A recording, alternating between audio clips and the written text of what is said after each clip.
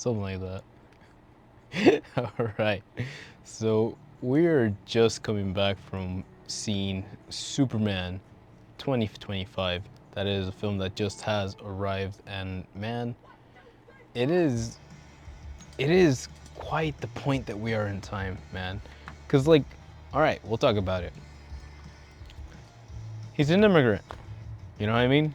He's an alien. What else justification could we have for this superpowered being in the planet Earth that we have known to know and all this? And nothing on this universe can surprise us anymore because we have understood everything and we know everything about everything nowadays. But where we're at, right? We've been talking about how Warner Brothers is getting their foot in the door when it comes to this 3D animation. We see the CGI, and sure, while not all of it is perfect, the ideas that come through it and the representation, the visual representation of what we're seeing in this film, I do believe is a step in the right direction, or a step further than what we are kind of like have learned to temper ourselves with. And all that really means is Akira. Live action, baby. Let's fucking go.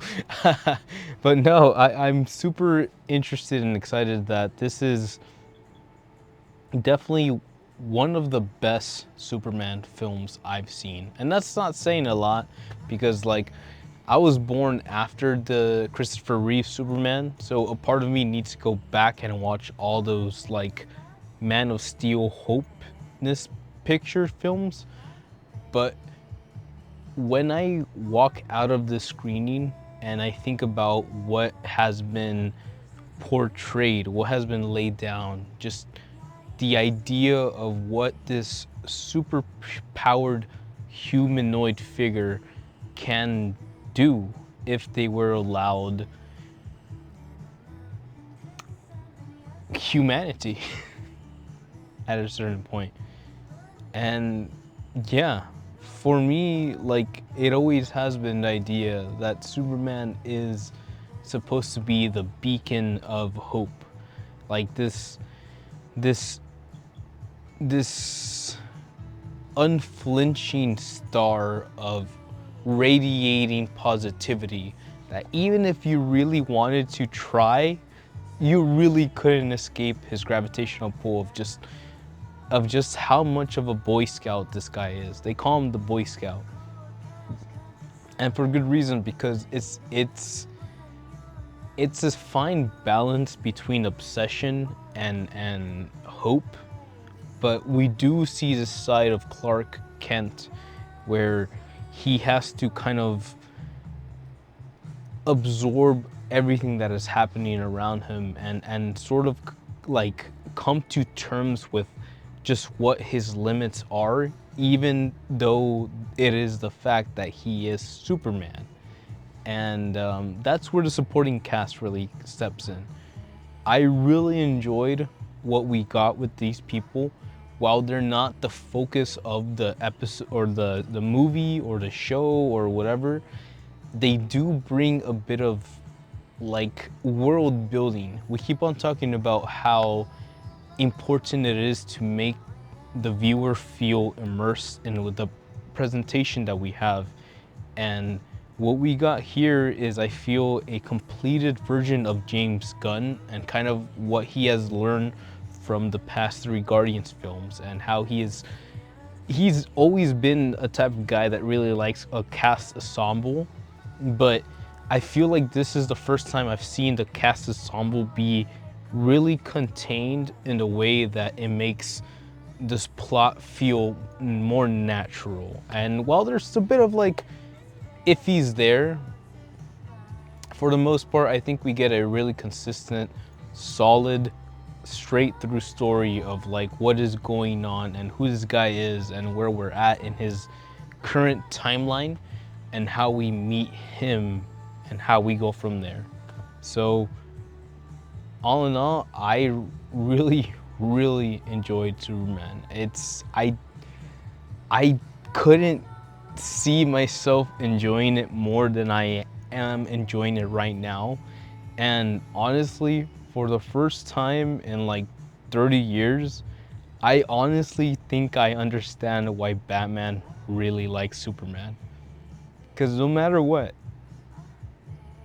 that guy is able to plant a smile on your face through because of just the sheer positivity that this Superman is providing with all his strength and all his abilities and all his leadership and his hope. He is doing his best to give the people something more to believe in. And yeah, we need that, I think.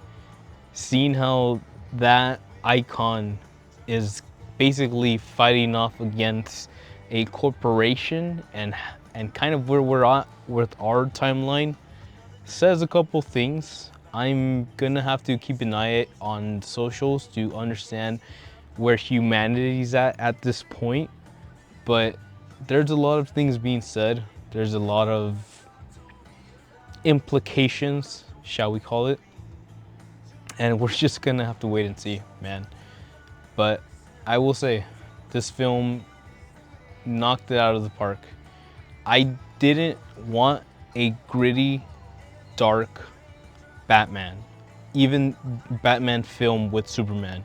Even though I love The Batman by Matt Reeves and how edgy with the Twilight guy and how dark that is, and even Dark Knight with Christopher Nolan and the angle that he took, at no point did I want Superman to be that, because that is not his MO, that is not his objective. So to see James Gunn come through and provide this nice, poppy, bright, comic booky experience really made it for me. And I'm really glad that like that there is a good head in that Warner Brothers studio still doing good stuff, right? We don't know how long that'll last. We don't know what else is coming up the timeline, but I'm excited. I'm curious, and I'm happy. I'm looking forward to see where we go from here. So, with all that being said, go watch Superman. Immigration. But until then, be the alien. Ya. Mátane.